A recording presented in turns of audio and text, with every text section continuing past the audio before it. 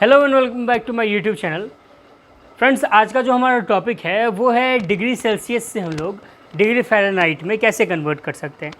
Temperature को convert करने का आज का जो हमारा क्लास है वो है। हम लोग पहले सीखेंगे कि डिग्री सेल्सियस से डिग्री फ़ारेनहाइट में कैसे कन्वर्ट करते हैं। उसके बाद सीखेंगे कि डिग्री फ़ारेनहाइट से डिग्री सेल्सियस में हम लोग सवाल को कैसे कन्वर्ट कर सकते हैं। ठीक है, तो हमारे पास एक क्वेश्चन लिखा हुआ है पहले से ही 50 डिग्री सेल्सियस। इसको हम लोग को कन्वर्ट करना होता है फ़ारेनहाइट में। ठीक है, तो फ़ारेनहाइट का क्वेश्चन फार्मूला है degree Fahrenheit is equal two degree Celsius multiplied by 9/5 और इसको हम लोगों को जोड़ देना है 32 से। ठीक है, सबसे पहले क्या करना रहता है कि डिग्री फ़ारेनहाइट निकालने के लिए हम लोग को जो सेल्सियस सवाल में दिया रहता है उसको 5/9 से गुणा कर देना है। उसके बाद उसमें 9/5 से गुणा कर देना है। उसके बाद उसमें 32 जोड़ देना है। ठीक है, तो हमारे पास जो सवाल है उसके ऊपर इसको हम लोग बैठा लेते हैं। ठीक है, तो हमारे पास सवाल है कि degree Fahrenheit is equal to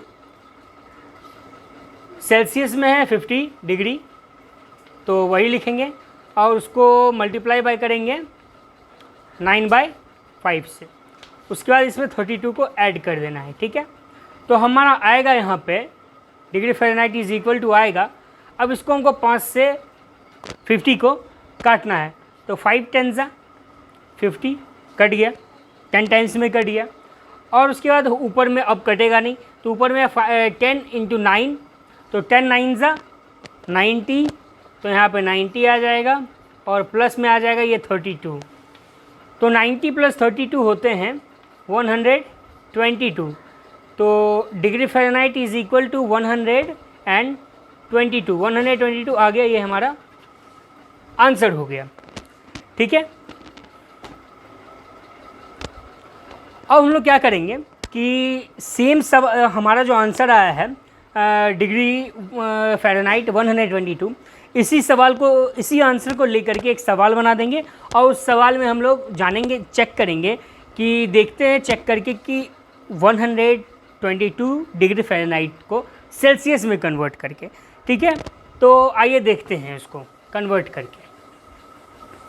तो हमारे पास सवाल सेम है। ठीक है, सॉरी सवाल सेम नहीं है, सवाल है 122 डिग्री फ़ारेनहाइट। इसको कन्वर्ट करना है किस में,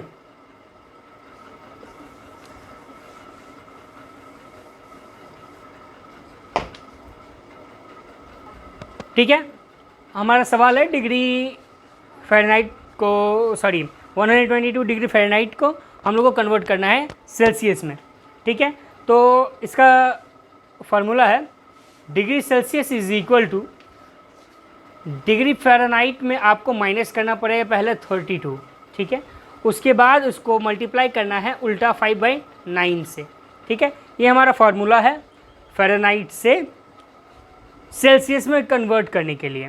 तो आइए इसी बेसिस पे इस सवाल को हम लोग लाते हैं।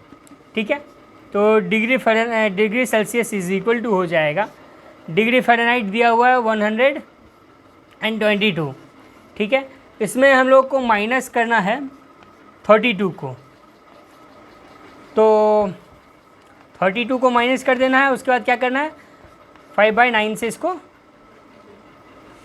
काट देना है, तो हम लोग को यहाँ पे आ जाएगा।